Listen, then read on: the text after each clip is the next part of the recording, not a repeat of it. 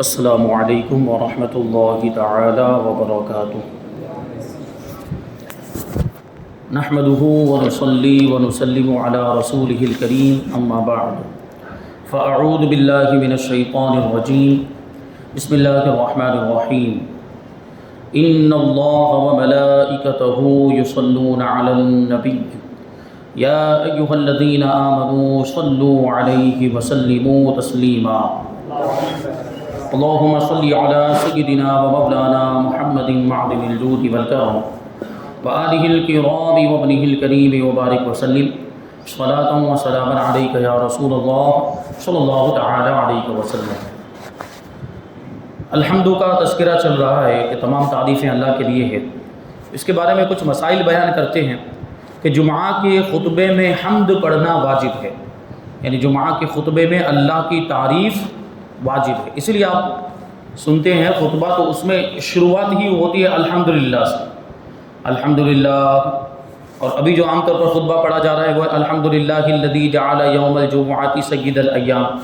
یہ جمعہ میں آپ سنتے ہیں تو الحمدللہ سے شروع ہوتا ہے، چونکہ اس میں اللہ کی حمد واجب ہے، اللہ کی تعریف واجب ہے۔ اور خطبہ نکاح اور دعا اور ہر جائز کام کے شروع میں اور آخر میں اور ہر کھانے پینے کے بعد حمد کرنا مستحب ہے۔ نکاح کا جو خطبہ ہوتا ہے اس میں بھی تو اللہ کی تعریف ہے، وہاں پر مستحب ہے۔ اور ہر جائز کام میں دعا کرتے وقت جب ہم دعا کر رہے ہوتے ہیں اللہ تبارک و تعالیٰ کی بارگاہ میں، تو مطلب یہ ہوتا ہے کہ ہم اپنی حاجت پیش کر رہے ہیں۔ تو جب ہم اللہ کی بارگاہ میں اپنی حاجت پیش کر رہے ہیں تو بہتر اور مناسب یہ ہے کہ پہلے اللہ کی تعریف بیان کریں، کیونکہ دنیاوی بادشاہوں کے دربار کے معمولات یہ ہوتے ہیں کہ دنیاوی بادشاہ کے دربار میں جب کوئی آتا ہے تو پہلے اس کی تعریف بیان کرتا ہے اور پھر اپنی حاجت پیش کرتا ہے۔ تو اللہ تو بادشاہوں کا بادشاہ ہے، اس کی بارگاہ میں جب ہم دعا کرتے ہیں تو پہلے اس کی تعریف کرنی چاہیے، یہ مستحب ہے۔ اور ہر جائز کام کے شروع میں اور آخر میں ہمیں اللہ کی حمد بیان کرنی چاہیے، ہر جائز کام کو بسم اللہ سے شروع کرنا چاہیے اور اس کے آخر میں اللہ کی حمد بیان کرنی چاہیے۔ پانی جب ہم پیتے ہیں تو پینے سے پہلے بسم اللہ پڑھنا چاہیے، اور جب پی چکے ہیں تو الحمدللہ یعنی اللہ کی تعریف بیان کرنی چاہیے۔ اور کھانا کھاتے ہیں تو کھانا کھانے کی دعا بھی ہے، اس میں بھی بسم اللہ آتا ہے، بسم اللہ الذی لا یضر مع اسمہ وہ شیء فی الارض ولا فی السماء وهو السمیع العلیم، یہ دعا ہے پوری۔ اور بسم اللہ وعلی برکۃ اللہ بھی پڑھتے ہیں، بسم اللہ وعلی برکۃ اللہ، یہ پڑھ کے جو ہے کہ کھانا شروع کرنا چاہیے۔ اور جب کھانے سے فارغ ہو جائیں تو اس کے بعد کی بھی دعا ہے، تو اس میں حمد آتی ہے، الحمدللہ الذی اطعمنا وسقانا وجعلنا من المسلمین، کہ تمام تعریفیں اس اللہ کے لیے جس نے ہمیں کھلایا، ہمیں پلایا اور ہمیں مسلمانوں میں سے بنایا۔ تو یہ کتنی پیاری دعا ہے۔ تو ہر جائز کام کے شروع میں اور آخر میں، اور چھینک آنے کے بعد حمد کرنا یہ سنت موقدہ ہے۔ جب چھینک آئے ہم کو تو الحمدللہ بولنا چاہیے، اللہ کی حمد بیان کرنی چاہیے۔ اس سے پہلے میں نے وہ تذکرہ کیا تھا کہ چھینک آنے پر اللہ کی تعریف، اللہ کا شکر کیوں ادا کیا جاتا ہے، تو ایک سائنٹیفک ریزن بھی اس کا ہے۔ ایک تو یہ کہ شریعت کا حکم ہے تو ہمیں اللہ کی حمد بیان کرنی چاہیے، دوسرے یہ کہ وہ ایک لمحے کے لیے گویا کہ ہمارے دل کی دھڑکن رک جاتی ہے، اور اگر وہ رکی ہوئی رہ جائے تو آدمی مر جائے، لیکن وہ چھینک آنے کے ذریعے وہ دھڑکن دوبارہ چالو ہو جاتی ہے، وہ دل کام کرنا شروع کر دیتا ہے، اس لیے ہم اللہ کی حمد بیان کرتے ہیں۔ اب یہاں پر اعتراض کا ذکر ہے، اعتراض کے تعلق سے میں نے پہلے بیان کیا تھا، آریوں کا اس پر اعتراض ہے، اس پر انہوں نے چند اعتراضات کیے۔ آریہ ایک قوم ہے اور ہندوستان کے رہنے والے، ان کا دعویٰ یہ ہے کہ یہ ہندوستان کے سب سے پرانے باشندے ہیں، اور جن لوگوں نے بھی مطلب اسکول میں پڑھا ہوگا، تھوڑی سی بھی اگر تاریخ پڑھی ہوگی ہندوستان کی، تو ان کو پتہ ہے کہ یہ آریہ کون ہے۔ تو ان کے اعتراضات، پہلا اعتراض یہ ہے کہ یہ اللہ کا کلام نہیں، یہ کسی بندے کا بنایا ہوا کلام ہے، معاذ اللہ۔ کیوں؟ کیونکہ اگر یہ خدا کا کلام ہوتا تو اس کو اس طرح ہونا چاہیے تھا، الحمدللہ، کہ تمام تعریفیں میرے لیے ہیں، یعنی اگر یہ اللہ کا کلام ہوتا تو اللہ یوں کہتا نا کہ تمام تعریفیں میرے لیے ہے، جبکہ یہاں پہ کیا کہا جا رہا ہے، تمام تعریفیں اللہ کے لیے ہے۔ اس کا مطلب یہ ہے کہ یہ اللہ کا کلام نہیں، یہ کسی اور کا کلام ہے۔ ایک یہ اعتراض۔ دوسرا اعتراض کے آگے آ رہا ہے سورہ فاتحہ کے اندر کہ ہم تجھی کو پوجتے ہیں، ہم تجھی سے مدد چاہتے ہیں اور تجھی کو پوجتے ہیں، تیری ہی عبادت کرتے ہیں۔ تو رب کس کو پوجتا ہے؟ یعنی ہمارے کہنے کے مطابق یہ اللہ تعالیٰ کا کلام ہے، تو اللہ تعالیٰ خود ارشاد فرمائے کہ ہم تجھی کو پوجتے ہیں، تو اللہ کس کے بارے میں کہہ رہا ہے کہ ہم تجھی کو پوجتے ہیں؟ یہ سوال دیکھیے انتہائی بے وقوفی والے سوال ہے، بہرحال پھر بھی اس کو شامل کرتے ہیں، جواب دیں۔ اور تیسرا اعتراض ہے کہ خدا اپنی تعریف خود کر رہا ہے، یہ غرور ہے، خود اپنی تعریف کرنا یہ غرور ہے، اور غرور کرنا اور شیخی مارنا یہ بری بات ہوتی ہے، یہ عیب مانا جاتا ہے انسانوں میں۔ اگر کوئی اپنی بڑائی بیان کرے، خود ہی اپنی وہ تعریف کرے، تو اس کو ہم برا سمجھتے ہیں کہ وہ خود ہی اپنی شیخی بگھارتا ہے اور خود اپنے آپ کو بڑا سمجھتا ہے، تو یہ انسانوں کے اعتبار سے بری بات سمجھی جاتی ہے۔ تو جواب دیتے ہیں کہ یہ اللہ ہی کا کلام، پہلے سوال کا جواب ہے کہ یہ اللہ کا کلام نہیں، وہ سوال تھا، اس کا جواب یہ کہ اللہ ہی کا کلام ہے اور اپنے بندوں سے کہلوانے کے لیے اس طرح بولا گیا، یعنی اللہ تبارک و تعالیٰ، کلام تو اللہ تعالیٰ کا ہے لیکن یہ اپنے بندوں سے کہلوایا جا رہا ہے کہ بندے یہ کہیں کہ تمام تعریفیں اللہ کے لیے ہیں، اور بندے یہ کہیں کہ ہم تیری ہی عبادت کرتے ہیں اور تجھی سے مدد مانگتے ہیں۔ بندوں کو تعلیم دی جا رہی ہے کہ اس طرح وہ اللہ کی بارگاہ میں عرض کریں۔ جیسے ابھی مثال کے طور پر استاد شاگرد کو سامنے بٹھا کر خود کتاب پڑھتا ہے تاکہ شاگرد بھی اسی طرح پڑھے۔ اس کا یہ مطلب نہیں کہ استاد کو نہیں آتا، استاذ کو آتا ہے، وہ پڑھاتا ہے اس انداز میں کہ ایسے پڑھو، وہاں مقصد یہ ہوتا ہے یوں پڑھو، وہ ایک ایک لائن پڑھ کے بتاتا ہے، یہ پڑھو یہ پڑھو، اس طرح پڑھو۔ اسکول کے اندر بھی دیکھ لیں یا مدرسوں کے اندر بھی دیکھ لیں، ہم یہاں بچوں کو بھی بھیجتے ہیں تو پہلے استاذ وہ سبق پڑھ، الف با تا، تم پڑھو الف با پڑھو تا پڑھو، یہ ہوتا ہے۔ تو وہ اس لیے ہوتا ہے کہ بچہ بھی اسی طرح پڑھے، طالب علم بھی اسی طرح پڑھے۔ یہاں بھی ویسے ہی کہ اللہ تبارک و تعالیٰ ہمیں تعلیم دے رہا ہے کہ اس طرح تم پڑھو، قرآن کی تلاوت ایسے کرو۔ نیز کبھی حاکم دوسرے کی زبان میں بات کرتا ہے، ممبری کے فارم چھپوائے جاتے ہیں۔ ممبر یعنی کسی بھی پارٹی میں آپ اس کا ممبر بننا چاہتے ہیں یا کسی بھی کمپنی کا آپ شریک بننا چاہتے ہیں تو اس کا ایک فارم ہوتا ہے، وہ ایگریمنٹ ہوتا ہے، تو اس کی عبارت اس طرح لکھی ہوتی ہے، اس میں جو عہد ہوتا ہے وہ کس طرح ہوتا ہے کہ میں اقرار کرتا ہوں کہ سارے قوانین کی پابندی کروں گا، ہمیشہ خیر خواہ رہوں گا، جبکہ چھپوانے والے کوئی اور ہوتے ہیں، وہ ممبری کا فارم چھپوانے والے کوئی اور ہوتے ہیں، وہ اقرار نہیں کر رہے ہوتے ہیں۔ اقرار تو وہ کرے گا جو ممبر بننا چاہتا ہے، لیکن اس کے اعتبار سے لکھا جاتا ہے، جو ممبر بننے والا ہے اس کے اعتبار سے جب وہ اقرار کرے گا تو وہ یہ الفاظ بولے گا کہ میں اقرار کرتا ہوں کہ میں یہ کمیٹی اور پارٹی اس کے سارے قوانین اور سارے اصول کی پابندی کروں گا اور میں اس کا خیر خواہ رہوں گا، اس کی بھلائی چاہتا رہوں گا۔ تو اس کے اعتبار سے لکھتے ہیں کہ نہیں لکھتے؟ ٹھیک ہے، ورنہ یہ اگر وہ لکھنے والا اپنے اعتبار سے بولتا تو وہ کہتا کہ تو اقرار کر کہ تو ایسا کرے گا تو، لیکن ایسا لکھا نہیں جاتا، وہ حالات کے اعتبار سے ہوتی ہے کچھ باتیں۔ تو دیکھو ان فارموں کا مضمون بنانے والا کوئی اور ہے، لیکن چونکہ ممبروں سے کہلوانا مقصود ہے اس لیے اس کی زبان میں یہ لفظ لکھے جاتے ہیں۔ تو اس آیت کا مطلب یہ ہے کہ اے بندو ہماری بارگاہ میں آ کر اس طرح کہا کرو۔ رب تبارک و تعالیٰ اگر اپنی ذات و صفات خود بیان نہ فرماتا تو ہمیں اس کا پتہ کیسے چلتا؟ جو یہ دوسرا اعتراض جو کیا گیا کہ خود اپنی تعریف بیان کی جا رہا ہے، اللہ تعالیٰ خود اپنی تعریف کر رہا ہے، تو یہ تو غرور ہو گیا۔ تو اللہ تبارک و تعالیٰ اگر اپنی ذات و صفات کو بیان نہیں کرتا تو ہمیں کیسے پتہ چلتا؟ تو اللہ تبارک و تعالیٰ نے اپنی ذات کے تعلق سے، اپنی صفات کے تعلق سے جو قرآن مجید کے اندر آیت نازل فرمائی وہ اس وجہ سے ہے کہ ہمیں اس کی معرفت حاصل ہو، ہمیں پتہ چلے کہ اللہ تبارک و تعالیٰ کا مقام ہو، اللہ تبارک و تعالیٰ کا مرتبہ کیا ہے، یہ ہمیں پتہ چلے۔ تو یہ شیخی نہیں بلکہ بندوں کو اپنی پہچان کرانا ہے، بندوں کو اللہ تبارک و تعالیٰ بتا رہا ہے کہ اللہ رحمان بھی ہے، رحیم بھی ہے، وہ غفور بھی ہے، وہ ستار بھی ہے، وہ غفار بھی، یہ ساری صفات اس میں بیان کی گئی۔ یہ اس لیے ہے کہ بندوں کو پتہ چلے اللہ کی صفات کے بارے میں۔ اچھا دوسری بات یہ بھی ہے کہ یہ غرور ہے یا تکبر ہے تو یہ انسانوں میں ہو تو برا ہے، کیوں؟ کیونکہ انسانوں کے پاس ان کا خود کا کچھ نہیں ہے۔ اگر انسان کسی بات پر تکبر کر رہا ہے، کسی بات پر غرور کر رہا ہے، یعنی اس کی وجہ سے اپنے آپ کو بڑا سمجھ رہا ہے جبکہ وہ چیز اس کی ہے ہی نہیں، جیسے مال و دولت، مال و دولت کی وجہ سے اگر آدمی غرور میں آ جائے، گھمنڈ میں آ جائے کہ میں تو بہت بڑا مالدار ہوں، تو یہ اس کے لیے مناسب نہیں، کیوں؟ کیونکہ وہ مال و دولت اس کا ہے ہی نہیں، وہ مال و دولت اللہ کا دیا ہوا ہے۔ تو وہ اگر تکبر کرتا ہے یا وہ گھمنڈ کرتا ہے تو یہ برا ہے، کیونکہ وہ چیز اس کی ہے ہی نہیں جس پر وہ گھمنڈ کر رہا ہے۔ جبکہ پروردگار اللہ تبارک و تعالیٰ کی شان یہ کہ اس کے پاس جو کچھ بھی ہے وہ کسی کا دیا ہوا نہیں، وہ اس کا خود کا ہے، وہ دوسروں کو عطا فرماتا ہے۔ تو اللہ تبارک و تعالیٰ اگر یہ تکبر کرے تو یہ اس کی شان کے لائق ہے۔ اللہ تبارک و تعالیٰ اگر بڑائی بیان بھی کرے تو بھی اس کی شان کے لائق ہے۔ تکبر تو اللہ تبارک و تعالیٰ، حدیث کے الفاظ کہ اللہ تبارک و تعالیٰ کی رضا ہے، اللہ تعالیٰ کی چادر ہے، صرف تکبر اللہ تبارک و تعالیٰ کی شان کے لائق ہی ہے، یعنی اللہ تبارک و تعالیٰ کے اسما میں سے متکبر آیا ہے، تکبر وہی کر سکتا ہے، دوسرا کوئی تکبر نہیں کر سکتا۔ تکبر یعنی اپنی بڑائی بیان کرنا، کیوں؟ کیونکہ اللہ تبارک و تعالیٰ کے پاس جو کچھ بھی ہے وہ اس کا خود کا ہے، کسی کا دیا ہوا نہیں ہے، تو وہ تکبر کر سکتا ہے، لیکن انسان اور مخلوقات تکبر نہیں کر سکتی۔ ایک بادشاہ اپنی رعایا سے کہتا ہے کہ مجھے تم پر فلاں فلاں اختیارات ہیں، یعنی وہ بادشاہ خود بیان کرتا ہے، مثال کے طور پر سمجھانے کے لیے کہتے ہیں کہ ایک بادشاہ اپنی رعایا اور اپنی پرجا پر وہ اپنی شان و شوکت ظاہر کرتا ہے کہ میں تمہارا بادشاہ ہوں تو مجھے یہ پاور حاصل ہے، میں یہ بھی کر سکتا ہوں، میں یہ بھی، ہوتا ہے کہ نہیں بادشاہ بیان کرتا ہے اور میری یہ شان ہے، تو اس سے مقصد کیا ہوتا ہے؟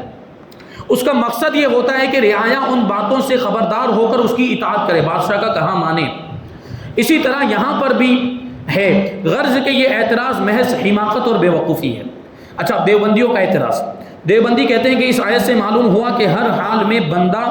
اللہ ہی کی حمد کرے اور اسی کا ذکر کرے، اٹھتے بیٹھتے یا رسول اللہ یا غوث کہنا اور کسی اور کا نام جپنا یہ شرک ہے،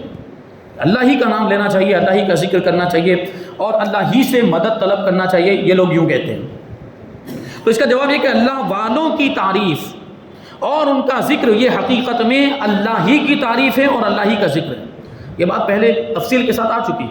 کیونکہ یہ اللہ والے یعنی ہمارے آقا ہوں یا اولیاء کرام ہوں، اللہ کے محبوب بندے ہوں، ان کی ہم تعریف کرتے ہیں تو یہ حقیقت میں اللہ کی تعریف، کیونکہ ان کے پاس جو بھی خوبیاں ہیں، جو بھی کمالات ہیں وہ اللہ کے دیے ہوئے، تو اللہ کی عطا سے ان کے پاس جو بھی طاقت و قوت ہے وہ اللہ کی عطا سے ہے، تو ان کی تعریف حقیقت میں اللہ کی تعریف، کیونکہ ان کو بنایا کس نے؟ اللہ تعالیٰ نے بنایا، تو بنی ہوئی چیز کی تعریف بنانے والے کی تعریف ہوتی ہے۔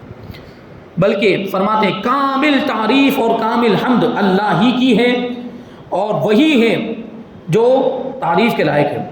جو اس کے خاص بندوں کے ذکر کے ساتھ خاص ہو، جیسا کہ ہم اوپر بیان کر چکے، یعنی جو تعریف ہم اس کے خاص بندوں کی کرتے ہیں وہ بھی حقیقت میں اللہ تعالیٰ کی تعریف ہے۔ اگر اٹھتے بیٹھتے غیر اللہ کی تعریف کرنا شرک ہے تو تم بھی اٹھتے بیٹھتے اپنے مولویوں کی تعریف کرتے ہو تو تم بھی مشرک ہو گئے، کیونکہ وہ بھی تو اللہ کے علاوہ غیر اللہ ہیں، تو پھر مولویوں کی تعریف بھی کرنا بند کر دیں، اپنے عالموں کی تعریف کرنا بھی بند کر دیں، تو کیوں کرتے ہیں؟ وہ کرتے ہیں کہ نہیں، وہ بھی تو اپنے مولویوں کی تعریف۔ بہرحال یہاں پر الحمدللہ کی تفسیر مکمل ہوئی، اب آتے ہیں رب العالمین پر۔ رب العالمین کا مطلب ہوتا ہے جو سارے جہان والوں کا مالک ہے، تمام تعریفیں اس اللہ کے لیے ہے جو تمام جہان والوں کو پالنے والا ہے، تمام جہان والوں کا مالک ہے، یہ اللہ تبارک و تعالیٰ کی صفت ہے۔ اب یہاں تعلق سمجھائیں گے سب سے پہلے کہ الحمدللہ اور رب العالمین دونوں کا آپس میں کیا تعلق ہے، مناسبت کیا ہے۔ فرماتے کہ اس کا تعلق حمد سے چند طرح سے ہے۔ ایک یہ کہ اس میں سب بندوں کو اللہ تبارک و تعالیٰ کی حمد کرنے کا حکم دیا گیا ہے، سارے بندوں کو، جو بھی اللہ تبارک و تعالیٰ کی مخلوقات، سب کو اللہ کی تعریف کرنے کا حکم ہے،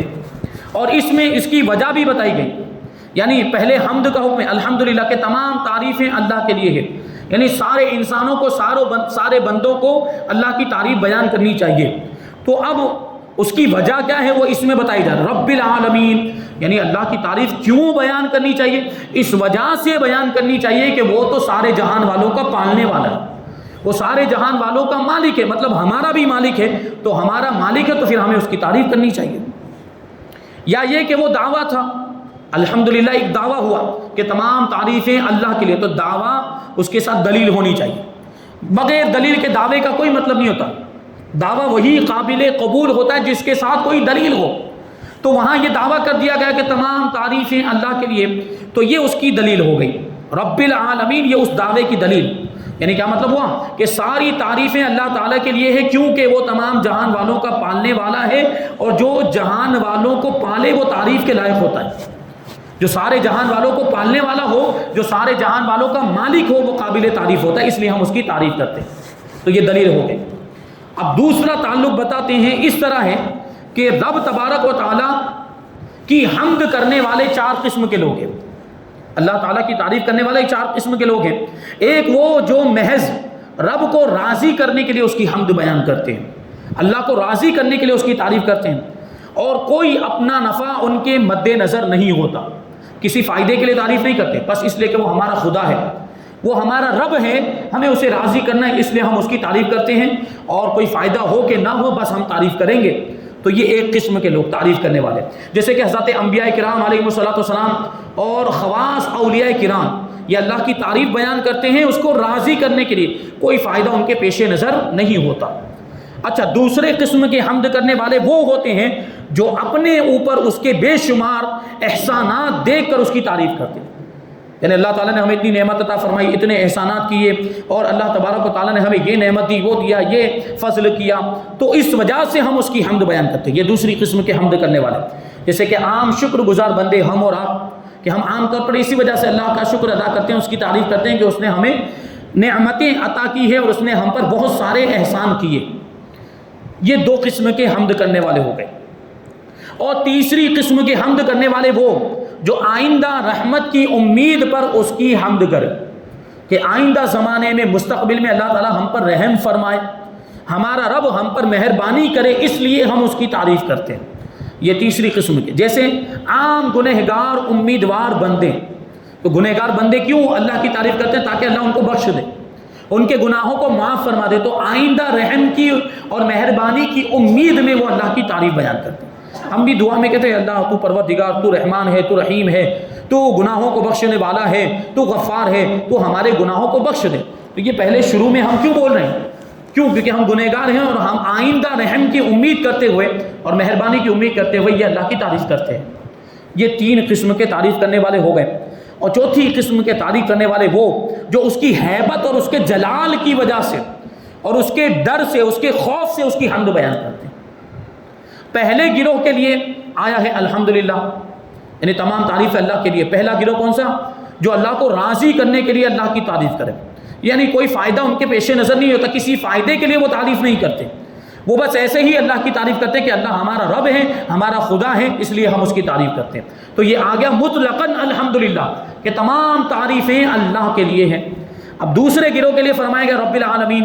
یعنی دوسرا گروہ کون سا تھا؟ جو بے شمار احسانات کو دیکھ کر اور اللہ کی نعمتوں کو دیکھ کر اس کی تعریف بیان کرے، تو رب العالمین فرمایا گیا، کیونکہ اللہ تبارک و تعالیٰ سارے جہانوں کا پالنے والا ہے، یعنی سارے جہان والوں کو جو بھی نعمتیں مل رہی ہیں وہ اللہ تبارک و تعالیٰ ہی عطا فرماتا ہے۔ تو اس میں دوسرے گروہ کا تذکرہ ہو گیا کہ اللہ کے احسان کو دیکھ کر وہ شکر کر رہے ہیں، یعنی چونکہ وہ تم کو برابر پال رہا ہے، روزی دے رہا ہے، تو اس کی حمد کرو، اس کی تعریف کرو۔ اور تیسرے گروہ کے لیے آگے آ رہا ہے الرحمن الرحیم، جو مہربان ہے، جو رحم فرمانے والا ہے، یعنی چونکہ وہ تم پر آئندہ بھی رحم فرمائے گا، تو آئندہ کی امید پر اللہ کی تعریف کی جائے، لہٰذا تم اس کی حمد کرو۔ اور چوتھے گروہ کے لیے فرمائے گا مالک یوم الدین، چوتھا گروہ یعنی جو اللہ کی ہیبت کی وجہ سے